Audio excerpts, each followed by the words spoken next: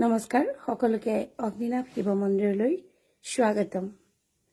আজি আমাৰ অগ্নিনাভ বাবাৰ 9 বছৰ সম্পূৰ্ণ হ'ল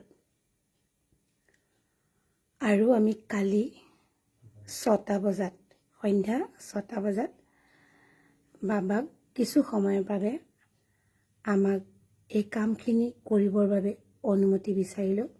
যিহেতু আমাৰ এই কামখিনি কৰোঁতে যথেষ্ট সময় লাগিলে, সম্পূৰ্ণ কাম হোৱাৰ পিছত আমি মুচি কাচি বাবাক পুনৰ আহ্বান জনাই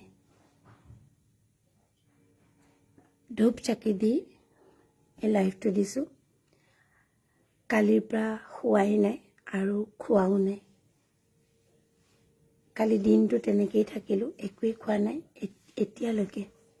আৰু কিছু সময়ৰ পিছত ৰাতিপুৱা আমি কালি দিনটো ৰাতিপুৱা মই কালি কেইটাত আহিছিলোঁ? মই 9টাত মই কালি 9টাতে ওলাই অহা ঘৰৰ পৰা।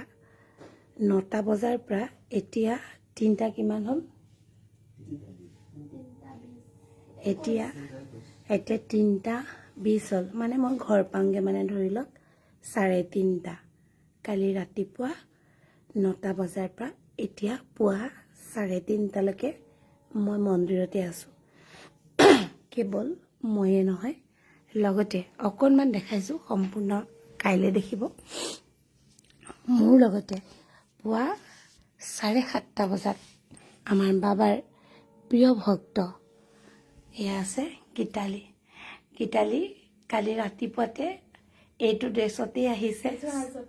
7:30 বজাত ভৰাই নাম লিখিছে। তাৰপিছত আছে আমাৰ প্ৰণৱ, ইফালে আছে গীতালিৰ মিষ্টাৰ আছে, ইফালে আমাৰ লুকাই আছে সাগৰ।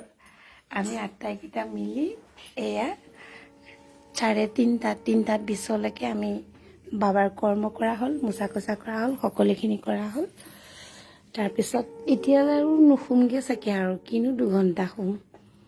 আকৌ ৰাতিপুৱা আহিম, আকৌ বাবাক সজাম, পূজা কৰা হ'ব নিৰ্মালী স্থানত। কাইলৈ কিবা টোপনিয়াম, খালি ক'ব নোৱাৰোঁ দেই। যি কি নহওক, সকলোৰে মংগল হওক। আৰু অগ্নিনাভ বাবাৰ যিসকল পৰম ভক্ত, সেই সকলো ভক্তকে বাবাই আশীষ প্ৰদান কৰক। বিপদ আপদ সকলো সময়তে বাবাই লগ দিয়ক, তাৰে কামনা কৰিলোঁ। আৰু বৰ্তমান লাইভটো কাটিছোঁ, পুনৰ লগ পাম কিছু সময়ৰ পিছত। ধন্যবাদ।